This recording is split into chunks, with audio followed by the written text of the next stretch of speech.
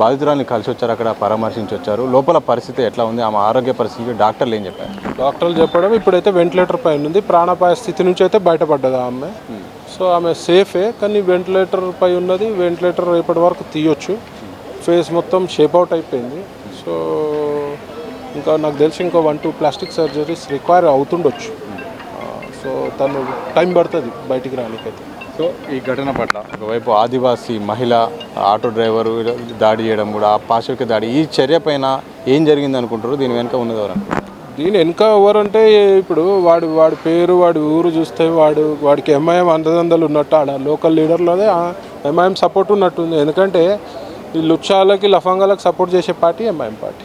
మరి ఏ పార్టీ అయినా సరే తన కార్యకర్త తప్పు చేస్తే శిక్షించమని చెప్పాలి, కానీ వాళ్ళ సిగ్గు లేకుండా ఓవైసీ ఎన్కేస్కి రావడం అయితే చాలా ఆలోచింపజేసే విషయం అది. మరి ఆయన పార్లమెంటు పరిధిలో ఉన్న హాస్పిటల్ మరి ఆయనకు చిత్తశుద్ధి ఉంటే మరి ఒకసారైనా వచ్చి ట్రీట్మెంట్ ఎలా జరుగుతుందని ఒక పరామర్శించాలి కదా. మరి ఇప్పటివరకు ఎందుకు రాలేదు అంటే హిందువులపై ఆయనకున్న ఆక్రోశం, హిందువులపై ఉన్న కోపం బయటపడుతుంది ఇట్లాంటి సంఘటనలు. తప్పు చేస్తే మా హిందువులు తప్పు చేసినా కూడా తప్పు ఉంటే తప్పే అనాలి, ఒప్పుంటే ఒప్పే అంటాం. కానీ వాళ్ళ పార్టీలు అట్లా అన్నారు. గుండాలు, రౌడీలు, లఫంగాలు అంతా ఉన్నదే ఎంఐఎం పార్టీలు. ఎందుకంటే ఆ లీడర్లు కూడా అట్లనే పాడారు.